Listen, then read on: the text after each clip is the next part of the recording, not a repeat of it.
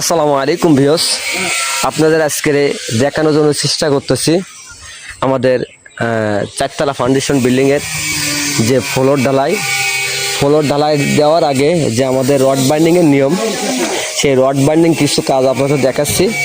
আপনারা দেখতে পাচ্ছেন আমাদের কিন্তু 10 মিলি রড দিয়ে আমাদের 12 ইঞ্চি সেন্টার টু সেন্টার আমাদের রড বাইন্ডিং করা হচ্ছে।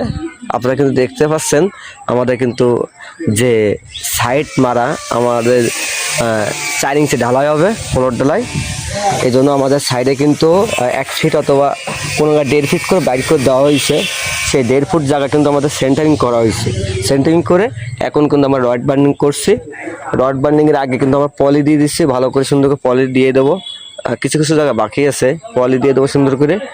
দিয়ে আমাদের যে বাইরে যে 1.5 ফিট করে বাইর করা হয়েছে, এটা কিন্তু ডবল জলে হবে, এটা এখনো হয় নাই।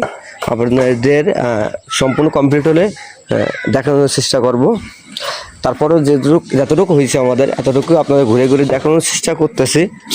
আপনারা সঙ্গে থাকুন, তাহলে অবশ্যই বুঝতে পারবেন। দেখতে পাচ্ছেন আমাদের কিন্তু যে কলমের 2 সাইডে কিন্তু 16 মিলি রড কিন্তু 2টা দেওয়া হয়েছে। এটা দেওয়া হয়েছে 10 মিলি রড দেওয়া হয়েছে। তো যদি আমরা মাঝে মাঝে 16 মিলি রড দিই, তাহলে আমাদের যে লোডটা ভালোভাবে পাবে। তাহলে লোডে পরবর্তীতে আপনার কোনো সমস্যা হবে না। একটা কনসেন্ট ভীমের মতন একটা শক্তি এই 16 মিলি রডে পাবে, আশা করি বুঝতে পারছেন। আর আমাদের কিন্তু যে আমাদের রিজার্ভ ট্যাঙ্কের মুখ রাখা হবে। এটা কিন্তু ট্যাঙ্কি সেন্টারিং করা মুখ করে দেওয়া হবে।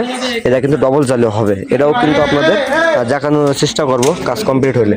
আর এটা কিন্তু আমাদের যে ময়লার ট্যাঙ্কি যেটা বলে, রিজার্ভ ট্যাঙ্কি না, কিন্তু এটা ময়লার ট্যাঙ্কি, সেফটি ট্যাঙ্কি কেউ বলে। তো এই সেফটি ট্যাঙ্কি কিন্তু এই জায়গায় এটাও কিন্তু মুখ হবে। এটাও কাজ কমপ্লিট হলে আমরা এটা দেখানোর আবার চেষ্টা করব। এদিকে কিন্তু আমাদের ডবল জালে হবে, এখনো ডবল জালে হয় নাই। তো এটা কমপ্লিট হলে আপনার দেখানোর চেষ্টা করব। আর এটা হলো আমাদের যে আপনাদের যে আমাদের যে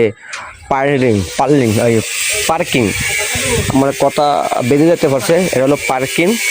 এদিকে পার্কিং, যে গাড়ি পার্কিং করা হবে, গাড়ি রাখা হবে সেই জায়গাটা। তো এই জায়গায় কিন্তু আমাদের ডবল জালি হবে। ডবল জালি রডও পড়ে গেছে অলরেডি। নিচে জালি বান্ধা হয়েছে আর উপরে জালি বান্ধা হবে। সেই জন্য আমাদের রড ফেলানো হচ্ছে ডবল জালির। আমাদের যে মিস্ত্রি সাহেব দেখতে পাচ্ছেন কাজ চলন্ত অবস্থা আছে। কিছু কাজ বাকি আছে, এই কাজটা কমপ্লিট হলে এটাও আপনাদের দেখানোর চেষ্টা করব। আশা করি আপনারা বুঝতে পারছেন। বাকিটা কাজ কমপ্লিট হলে আপনাদের দেখানোর চেষ্টা করব।